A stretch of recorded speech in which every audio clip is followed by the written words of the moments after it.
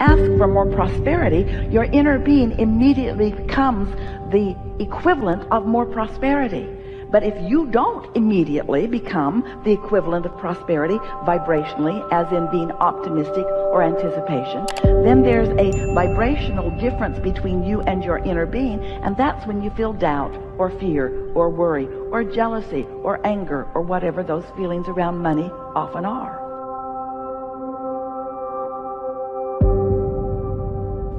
Good afternoon. It is. Everybody that's here has probably learned how to create things or learned that they are a creator. And I find that, well, the other day, it was so simple. I needed a certain sum of money to pay a bill, and I had no idea where it was coming from. It was a lighthearted kind of moment. I was driving down the road, and I had a thought, I need to call so-and-so, which is a customer of mine. And so I did. I just acknowledged the need to make the phone call. I made the phone call, and the gentleman wanted to spend a significant sum of money more than what I needed that moment.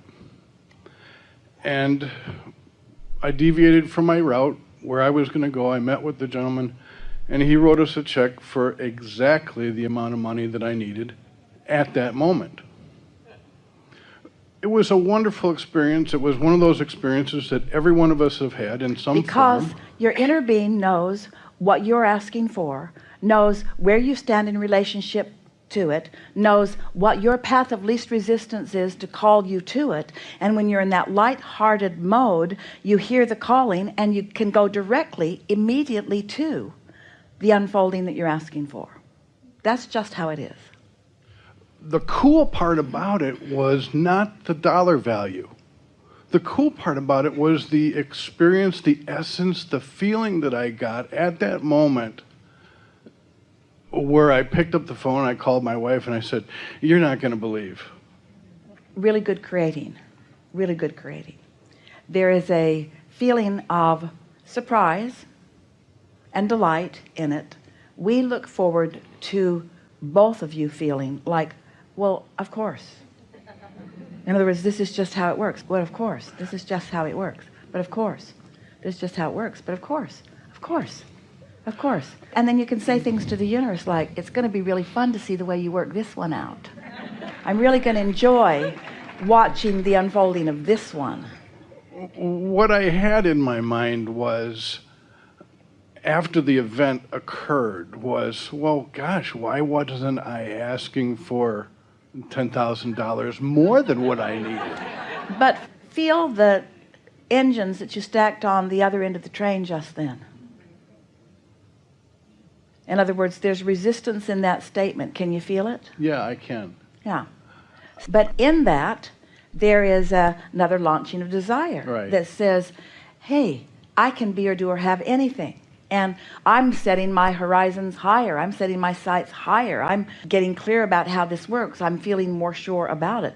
That is how it works. You see, on the one hand, we want to say to all of you, it isn't such a good idea when you count on situations or conditions in order to have a reactive, good feeling response. That isn't such a good idea because you can't control the conditions in the beginning. But after you get the hang of this, and you do begin to literally conjure and control conditions, then you can focus upon the condition that just happened as a sort of leverage or momentum builder for the next and the next and the next, because the better it gets, the better it gets, the better it gets, the better it gets. And the reason for that is because your expectation gets into a better place. There's a game that we offered. It's in the Ask and It Is Given book. And in the beginning, there were about 25 people who were visiting with us in Jerry and Esther's living room who began playing this game. And the effect of it was very productive for every one of them. There were two games, but the first game is put $100 in your pocket. Find it somewhere and put it there. And don't spend it in action. Just spend it vibrationally and mentally. And spend it all day, every day, on as many things as you can spend it on. 100 times over. Just spend it and spend it and spend it. I could do that. I could have that. I could have one of those shoes. I could eat lunch here. I could take these people with me to lunch. Feeling the freedom of what it feels like to have prosperity in your now fingertips. And you play that game for a little while and your vibration shifts, and then that 100 grows to another and another and another and another and another and another and another. Another game. You started this trend of conversation, and it's so helpful. If you could turn the angst that any of you feel about money into the game, the delightful game of money, just that shift in the way you feel about it would shift your point of attraction. So here's another game. Take a columnar pad and list all of your outgoing expenses. The largest one, let's say, is usually a house payment. So put that in the far right-hand column. And then the next one's usually a car payment. So put that next. And then insurance or whatever your obligations are monthly. Just lay them out across this columnar pad with the biggest one on the far right and the smallest one on the far left. The smallest one like the cable or the paper that's being delivered, whatever it is, lay them all out and then look at it in a sort of understanding of where you're at financially. It's a sort of recognition of what currently is. And then make a statement to yourself that says, I'm going to do my best to keep my commitments to all of these contracts that I've signed. And in some cases, I'm going to do twice what I've said I would do. So then, as the bills come, pay them and indicate that you've paid them in some way. Check them off, put a happy face, whatever you want. But as you pay them each month, make the indication that you've done it. Don't keep a running balance. Just keep track of what your monthly commitment is. And on the smallest one, if you can, pay it twice. And if you can, on the next one to the smallest one, pay it twice too. So now you're saying, not only am I prosperous enough to do what I said I would do, in some cases I'm doing double what I said I would do. And what you'll notice is that in a very short period of time, this far left column will evaporate altogether. In other words, that may be something. For one person, when they were playing the game, it was a bicycle that they had purchased at Sears. And it wasn't very long before that payment was gone in the next column too.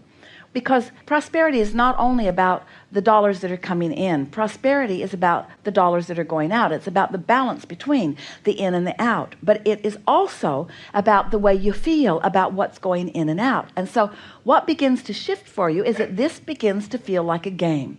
People said to us, I'm actually, instead of dreading going to the mailbox to see what's there, I'm eager to see what's in there so that I can apply it to this game. People began paying their bills not when they were due, but when they first came, because the game became fun. And in a very short period of time, several of them became, wait for it, drum roll please, debt-free. In a very short period of time, because the game, because you feel lighthearted about it, the universe will respond to your playful game so quickly, and it will not respond to your prayerful needs. It's responding to the way you feel, you see. And so if you make a game of it, you let the money in. If you are all serious and worried about it, you hold the money out. Nice game. Makes sense.